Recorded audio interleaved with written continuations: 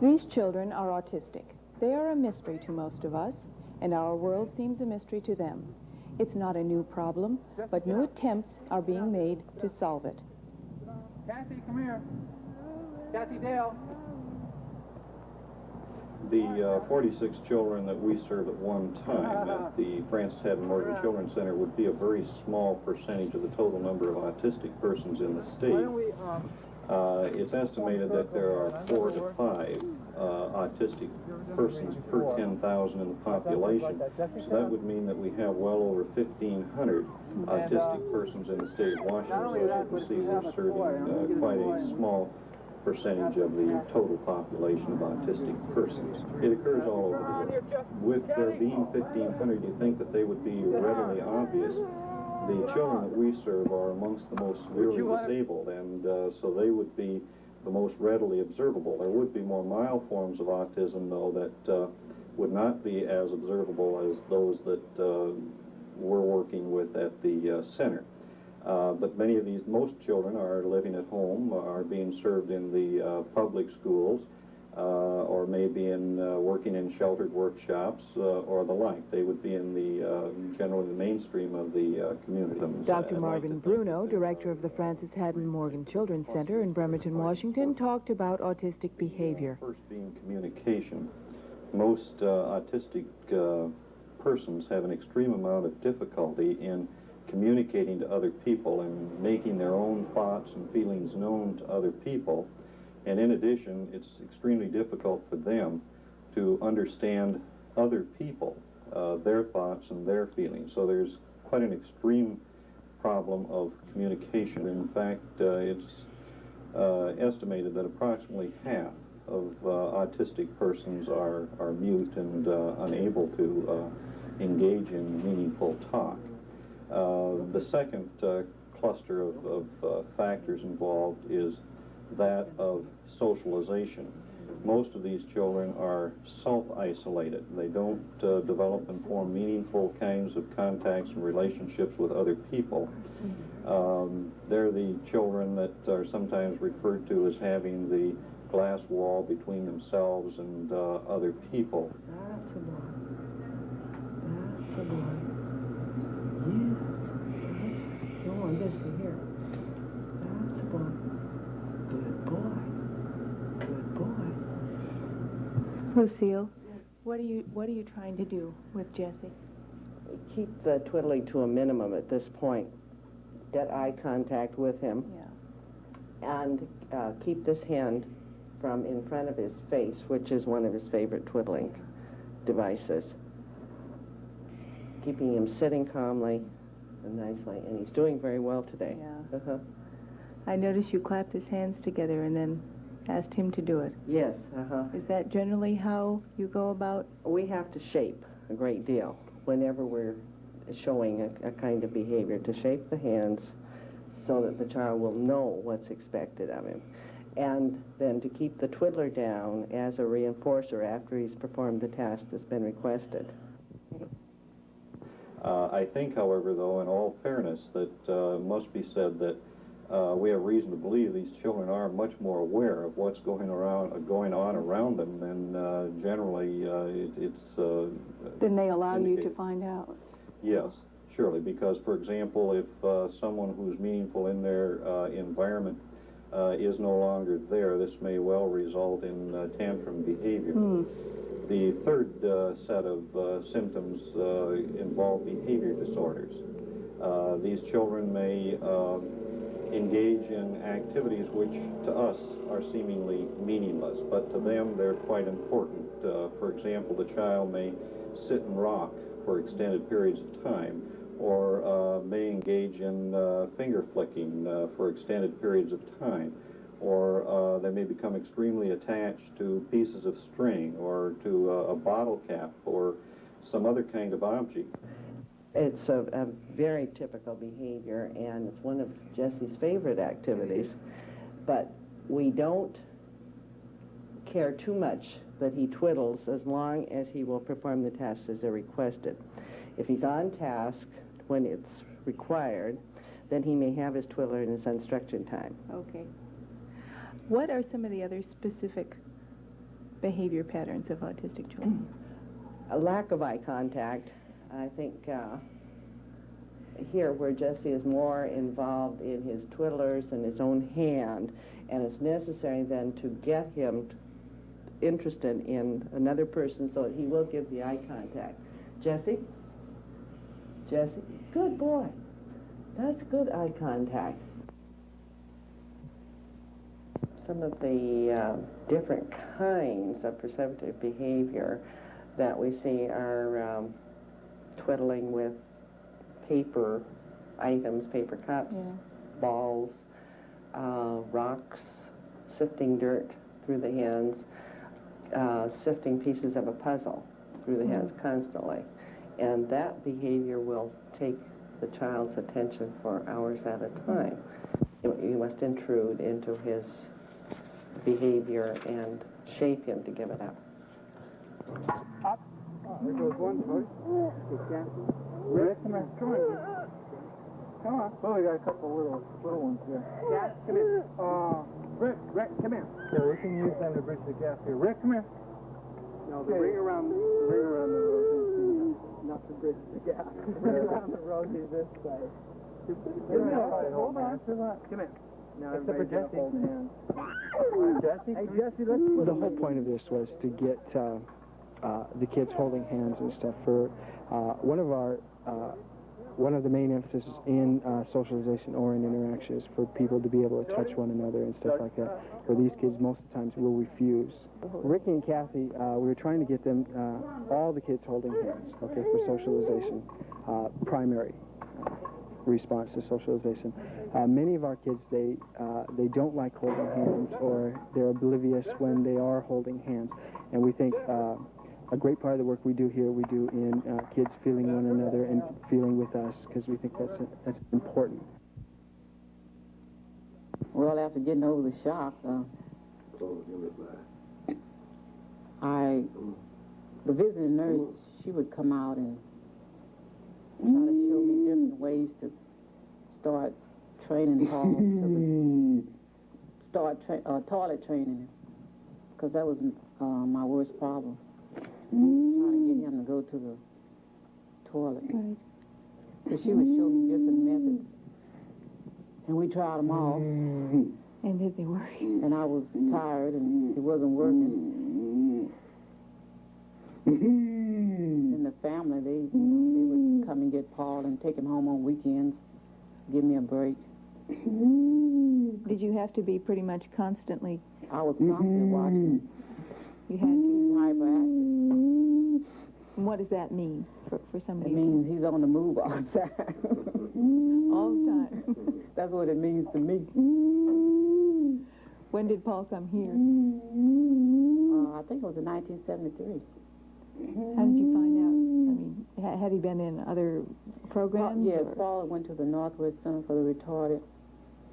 And he went to first grade school.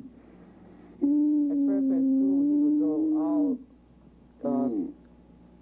all the weekdays, and he'd come home on the weekends. And then from Fircrest, he came here. No, he came back home. Oh, he came home. Well, I insisted on trying. Yeah. Trying him at home again. Can you see progress? From here? Yeah. Oh, yes. In what way? Well, he goes to the... Sometimes he gets on the toilet himself. He'll just get up and go and get on the toilet. And he play with toys more. I can get his attention. Yeah. And he try to dress himself. And some things he just do automatically. I don't know he can do it. And he just started doing it. You know. Like what? Like one day I was putting the toothpaste on the toothbrush, and he just took it away from me, and he just, well, he had it all over here, but he was trying. He knew what it was all about. Yeah. Do you have that feeling that he knows a lot of things, and that he knows a lot of things, and the people that work out here, you know, we had a parents training program. They showed me some of the things that Paul could do. And I was, you know, shocked. Because some things I was doing, and he could do it himself. But he let you go ahead. He let me do it. What kind of hopes do you have for Paul for the future? Well, I hope to bring him back home. Do you? Mm-hmm. How much longer will he stay here? Well, I'm not for sure yet.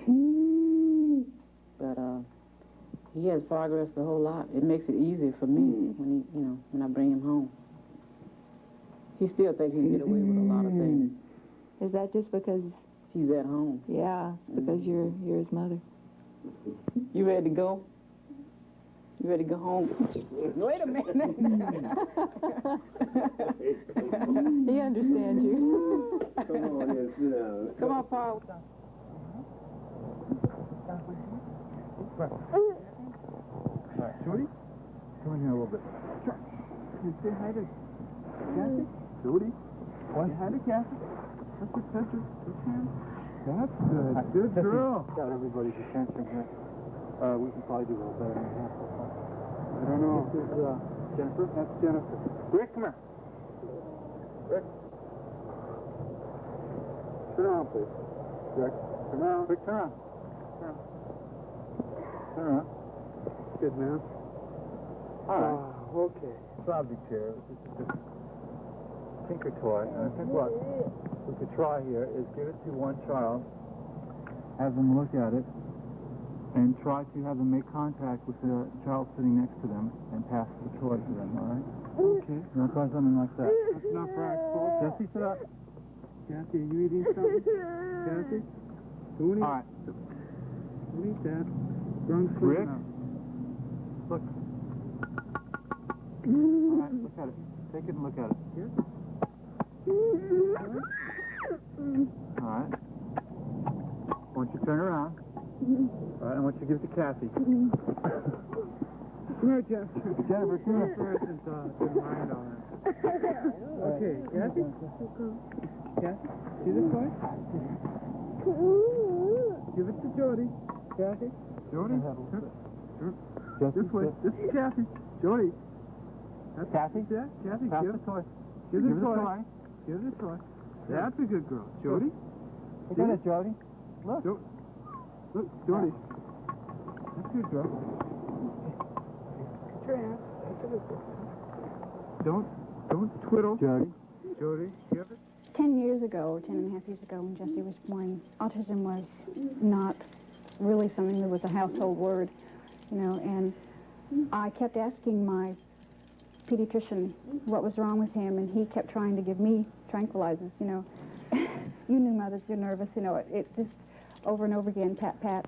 Were there any specific things that anyone told you? I mean, ways to deal with Jesse or how to stop him from doing certain things? Or were these all, you know, did you have to develop your own plan of action? And how did you do that? I mean, you're sort of going on your own in a field that's... Well, sometimes I don't know, you know, what I did or how I did, because that's what I kept asking. I don't want to know all the medical terms and the this and that about it. Tell me how I can get food down him. Tell me how I can get him to have a good night's sleep. Tell me how I can deal with crying for 3 or 4 days. Not crying, yelling. Yeah. You know, the things that you live with. Every day. Yeah, I don't want any big... Just a little every day. Big report, yeah, just right. Little everyday things that just, you know. I think it's very difficult for someone who has never had that kind of experience to understand exactly what, you know, what difficulties that you went through. Well, I think that's true, but I think there's a big change now. I think that parents are now getting that kind of help. I'm certainly getting it here. And where do you see Jesse, say, 10 years from now? Well, I hope I see him in doing some self-help skills, which he's learning now. You know, putting his clothes on, toileting, these kind of things. I hope he has as much as he can get. You know, that's what I'm pushing for. Do you think you will be taking care of Jesse for the rest of your life? Will he be with you? With me at my house? Yeah. No. I don't think that I will. I would be surprised. I don't think any parent ever really gives up hope of that. But as it looks right now, it doesn't seem like it. Yeah. You know. But he'll always be part of my life. I decided that, and sometimes it's the hardest way because he's difficult. Jesse, look. Jody, Jody, take that girl. Jody, turn. Jody, your hope. All right, look. Jesse, here, look. Take it. Look at it. Look at your toy. Ray, come here. Sit down. No, don't twiddle. No, don't twiddle. Jesse, you can't twiddle. All right, give me the toy. Look. Give me the toy. Thank you. Yeah, that's good. Good boy. Good boy. Who do we have here? Well, Jennifer. Jennifer. Jennifer. Jenny to Jody. No, you don't. No, come on. All right, I want you to give it to Rick. Rick, turn around. I want you to... Good. Good boy. Rick. Give it to Kathy now. Give it to Kathy. That's a good boy. Good boy. Good boy. Okay, Kathy, see it? Good passing. Look at it, Kathy. Take it. Jody. Rick, turn around. Very odd for a child. She was really pretty fastidious girl, and we thought that maybe, you know, this didn't seem in character for her. And then when we really became concerned, she started to garble her speech. She did have speech. Yes, she did. She had speech that was pretty clear for a 3-year-old. Full sentences, sometimes adverbs and, you know, and adjectives. She would say things like, we'd ask her where her shoes were, and she'd say, they're probably in the bedroom, which is pretty precocious for a 3-year-old girl. And I hate to say this, but I guess in the final analysis, it always depends upon the child. I know it does with Rick, and I know it does with Catherine. But I would say even more so with her, because from what I know about autism and about the background of a child like this, she has learned quite a few things in those first 3 or 3.5 years of her life that are still there. And it gives me the idea that maybe if she was able to move a little bit further socially, it might be possible for her to do a lot more things. Ken, you're not Kathy's father. No, You've married Heather right. since. How did you feel when you first met Kathy? Well, just a short time after we met, Heather brought me here to Bremerton. She was a little, a little bit reluctant to do so because, well, as I found out when I met them, it takes quite a bit of adjustment to accept it. They're both Richard and Catherine are very appealing children, and they have very many attractive qualities about them. They're good-looking children. They are affectionate children. How do you go about dealing with something like that? Accepting it? Well, with Heather, it was a gradual, you know, it was a gradual process. Well, of course, I got kind of a crash course in the subject, but it took a little time and a little soul searching and a lot of talking about it, and as far as what their prognosis was, what their future held in store for them, what future, if any, was possible for them. And it troubled me, just the thought that more than likely this is what they are going to be like for the rest of their natural lives. and it still does trouble me, but I've learned to accept I think I've learned to accept the good points and the good qualities about them and appreciate them and enjoy them for those, and try to accept and live with the more deviant behavior patterns that that autistic children have. Do you see progress in Kathy? Most certainly. Such as? I'm sure you both see progress in both of them. Catherine chatters a lot. She makes a lot of sounds, doesn't make too much sense, but this particular time she was repeating a phrase which since then she's been repeating quite often, got to go, got to go, got to go. Of course, at the same time, she was very, very familiar with my car because she'd been in it a number of times. We'd taken both of the kids' places in the car. And as we walked out the door and by the car, she looked at the car, and we walked by it, she looked back, and every 2 steps she looked back at the car. But we walked by it, so she forgot about it, and we walked down our ice cream cone. Coming back, she kept repeating, got to go. We got into the driveway, walked by the car again, and she said, got to go to car. And now this really impressed me. Yeah. Because this was a complete sentence that had meaning. Yes, I would say all autistic persons can profit from training and education. Some can learn more than others, just as is true of people generally. They can learn at different rates of speed, but I think it would be fair to say that all autistic persons are capable of learning. And it's this particular area that offers the greatest amount of promise to the autistic at this particular point in time. That is the areas of training and education.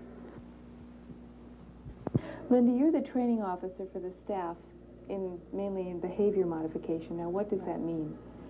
Well, in terms of self-help skills, we train the staff how backward chaining specifically to break down the self-help skills into very small sequence steps and to reinforcement. Most of our training is in how to positively reinforce. Most of our kids are working where they can feed themselves. We have 2 children who we specifically have to shape, and what that means is you help them. Say, for instance, hold their spoon with your hand over their hand and help them scoop it up. The staff would scoop up and then release halfway. So it would start up with 3/4 of the way. They would release the hand half of the way, and the child would follow through on the behavior. Then the staff would release 1/4 of the way, and the child would follow through on the scooping behavior, till the final sequence would be just merely a touch or a verbal prompt, and then the child would independently scoop themselves. Do you see an analogy with training animals in this method? That's exactly the system that's used in training animals. The major virtue of it is that it does not depend on major accomplishments as far as understanding or comprehension is concerned. It depends on the fact that an individual who is rewarded or reinforced for taking a certain action will engage in that action over again very, very soon. And so you can train an individual in that way.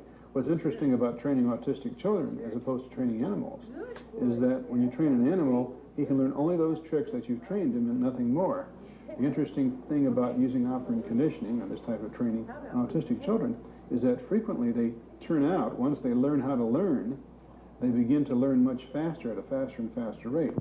To the best of our knowledge, no child has become normal. They usually, maybe invariably, have some residue of their impairment, even though they may have improved considerably. Of course, an awful lot of them don't improve considerably. They're still very much impaired. But even those that have shown considerable improvement have never, to my knowledge, become truly normal. Would it be fair to call Helen Keller an autistic child? No, I don't think that it would be fair to call her an autistic child, but she certainly did have many behaviors that superficially made her look like an autistic child. The fact is that Helen Keller was blinded and deafened at a very early age through, I guess, a high fever. And her sense organs, therefore, did not let information from the outside world get to her brain. The autistic child has very good sense organs, usually, good eyes and ears, but the wiring between the brain and the sense organs seems to be messed up in some way, so the child cannot get the information from the outside world into the brain. So in that way, they resemble each other to some extent. And certainly the methods of teaching Helen Keller, the little bit of information at a time with an immediate reward after each bit of information, that technique of teaching has been very successful also in teaching autistic children. It's called operant conditioning. Okay, and let's see how you say yes with your head, okay? Okay. Do you want another piece of cereal? Do you want another piece of cereal? Yes. Yes. Oh, good boy, Jeff. All in a zipper.